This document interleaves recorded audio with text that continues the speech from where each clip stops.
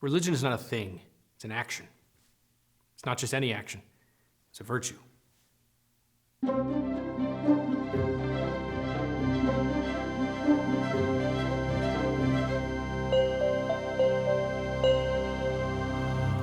As mentioned before, many people think of religion as a system of belief or an institutional structure with various practices. Many see the religions of the world almost like different political parties that they may join or may not join if they so choose. Now, this perspective is historically quite recent, and it fails to capture the true richness of what religion has meant throughout history. Now, the main reason for this is simple. Religion is not a thing. Religion is an action. It's something we do. Just like the words running, eating, or sleeping all describe actions, so does the word religion describe an action that a human person may perform. So, what action is that? Well, at its core, an act of religion is one of worshiping God. That is, an act of justice that gives back to God the respect, reverence, and honor that is due him. But this action of religion is not just any action, like running or eating. No, religion is a certain type of action that, if we cultivate it and intentionally practice it, it will in turn cultivate and perfect us. Religion makes us better human beings. In other words, religion is a virtue. So, what is a virtue? Well, simply put, a virtue is a habitual perfection, a continued way in which we live well and become the people we are meant to be. Virtues are habits by which we become good, not merely in our external deeds, but most importantly in our minds and in our hearts. They are essential for human happiness. But this leaves open the question, why would religion be fundamental to human perfection? Why is the action of religion a virtue that makes us good? Well, to answer this question, we need look no further than our own human natures. As human beings, we are both rational creatures and social creatures.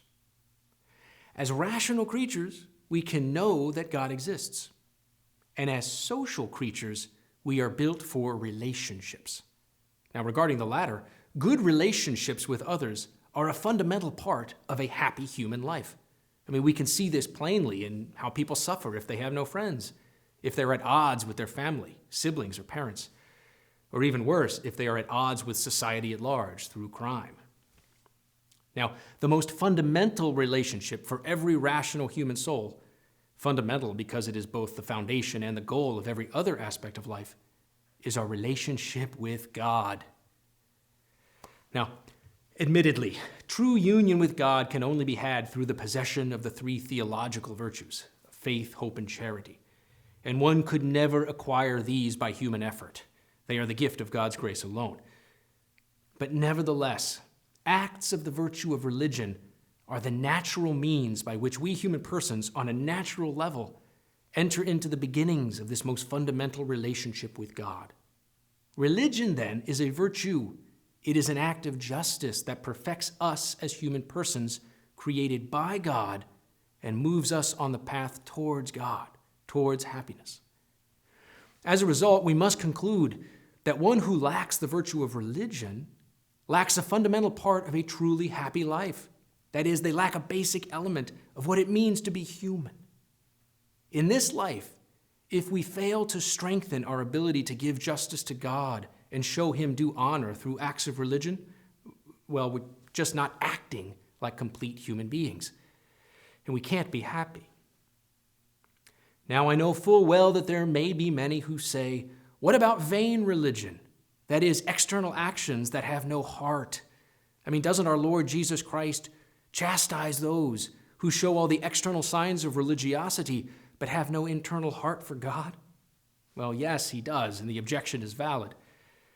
But we must understand that as a virtue, religion does not first perfect our external actions, but it first perfects our internal actions.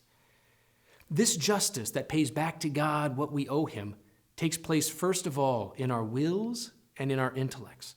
And only then does religion spill over into our external actions. The internal action of the will that gives God his due is called devotion. Devotion is when we truly will to give ourselves readily to the service of God.